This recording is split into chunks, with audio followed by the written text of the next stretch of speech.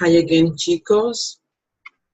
We are going to be talking about chapter 4, the beginning chapter 4, ¿Cómo es tu familia? And for that, I wanted you to see not only with the textbook, Una Tamalada, but also we're going to see a video on what a tamalada is, okay? So because of that, we're going to be talking about family and practicing listening, writing, and speaking skills around these specific topics. Talk about family and practice these skills is the learning objective of this part. So let's go into the chapter.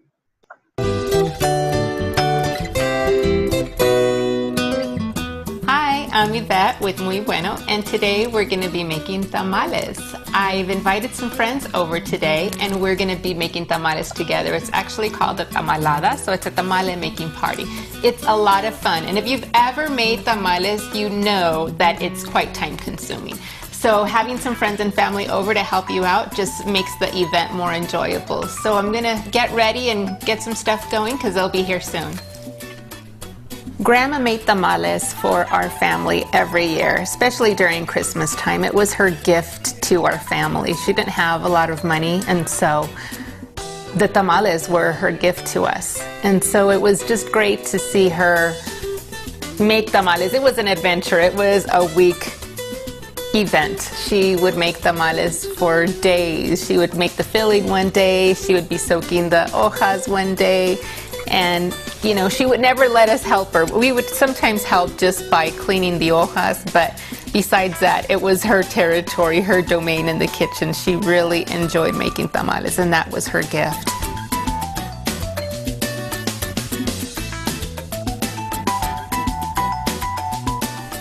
What you want to do is you want to place some lard in your stand mixer, and you just want to mix that until it's nice and fluffy. Then you want to add your masa to the mixture. We suggest to buy unprepared masa, which is masa that has no lard or no salt. It's not seasoned at all. Add the baking powder and salt. Slowly add the broth. And we're also adding some red chile sauce to this mixture. The mixture should be about the consistency of smooth peanut butter. If not, add more broth as necessary.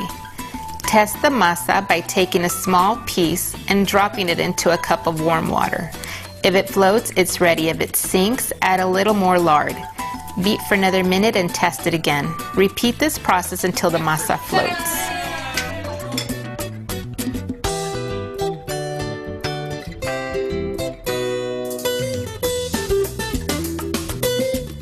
Soak corn husks in water for an hour before using. Rinse well with running water to take off any dust or corn husk fibers. And place a handful of wet corn husks in a colander to drain before using.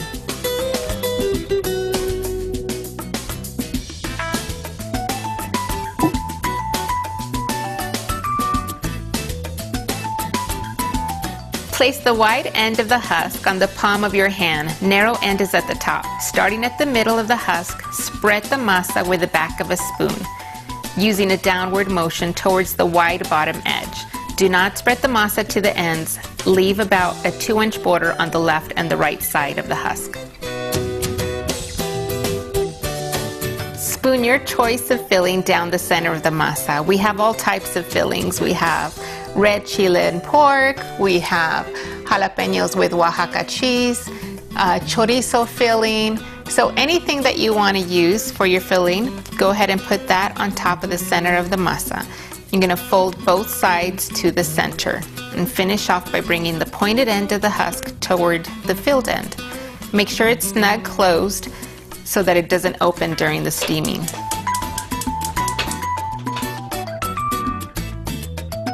Now it's time to steam the tamales. Let's place the tamales upright with fold against the sides of the other tamales to keep them from unfolding.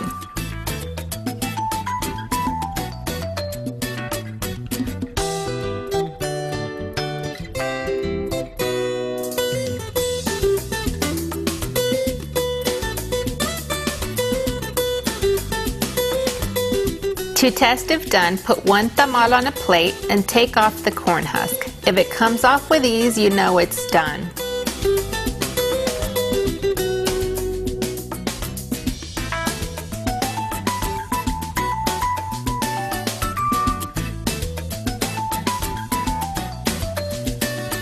The tamales are ready. Buen provecho.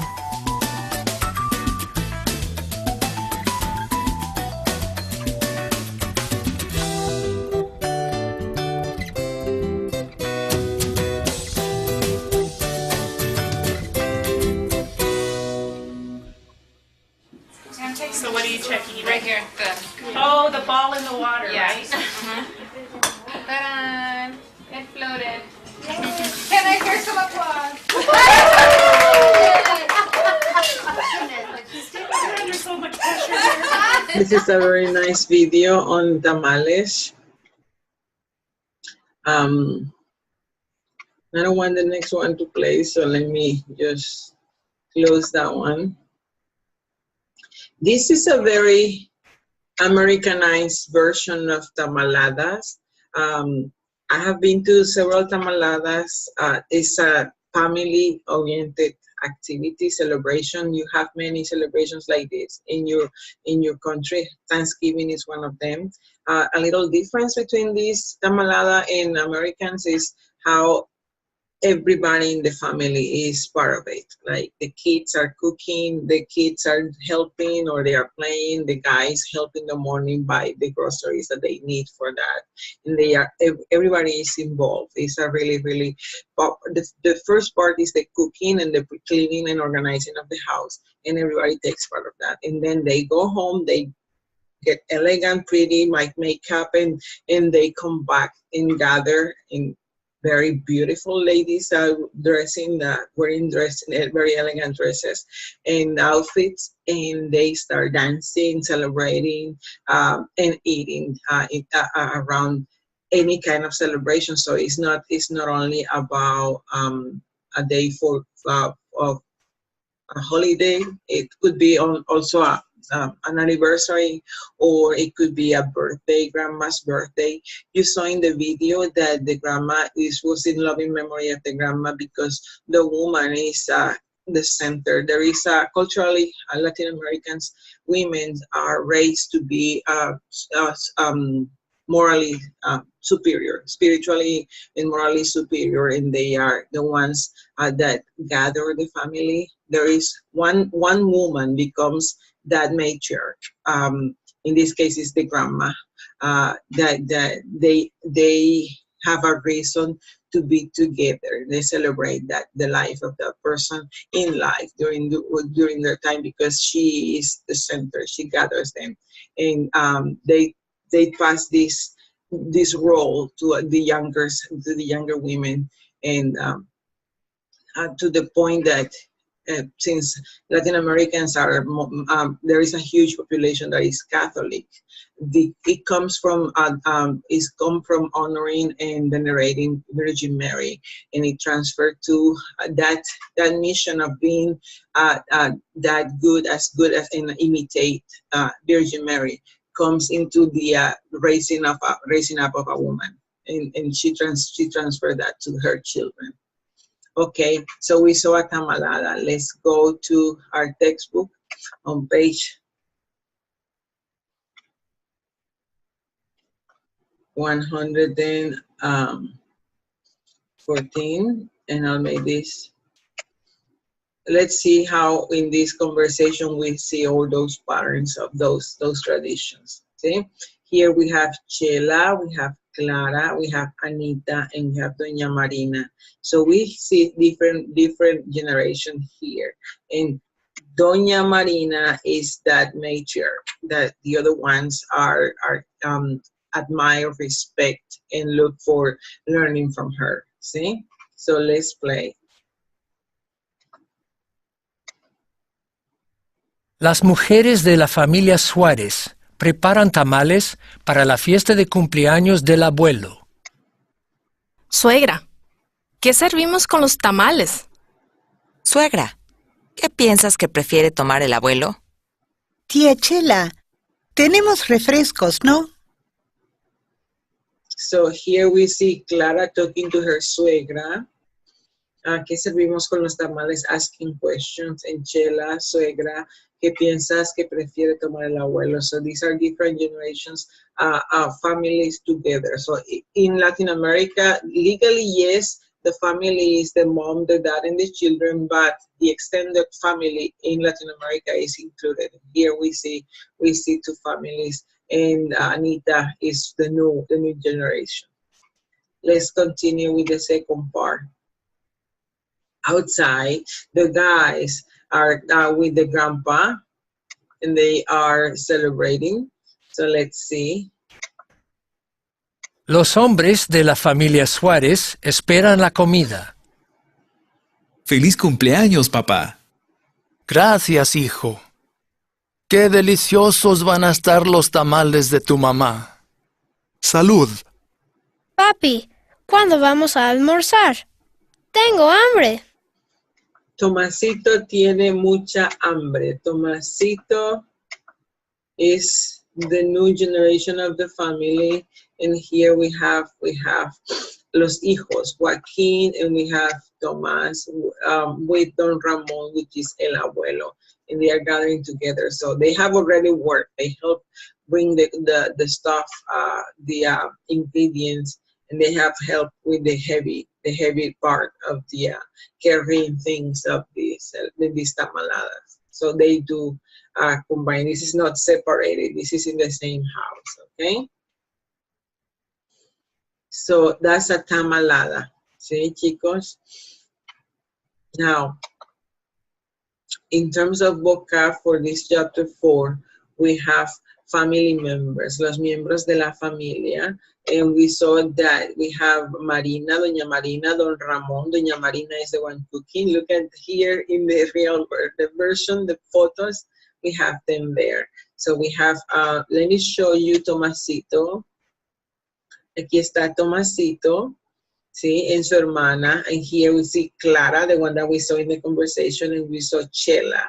And these are the two children of Doña Marina and Don Ramón. We have Tomás and Joaquín, and they were celebrating their tamalada.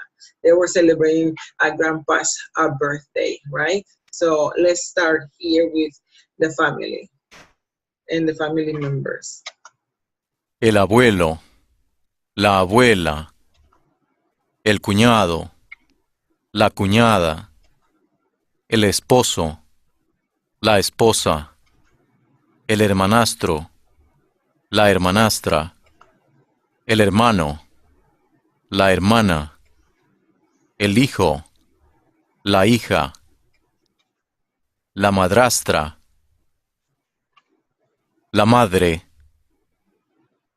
el nieto, el novio, la nuera, el padrastro, el padre,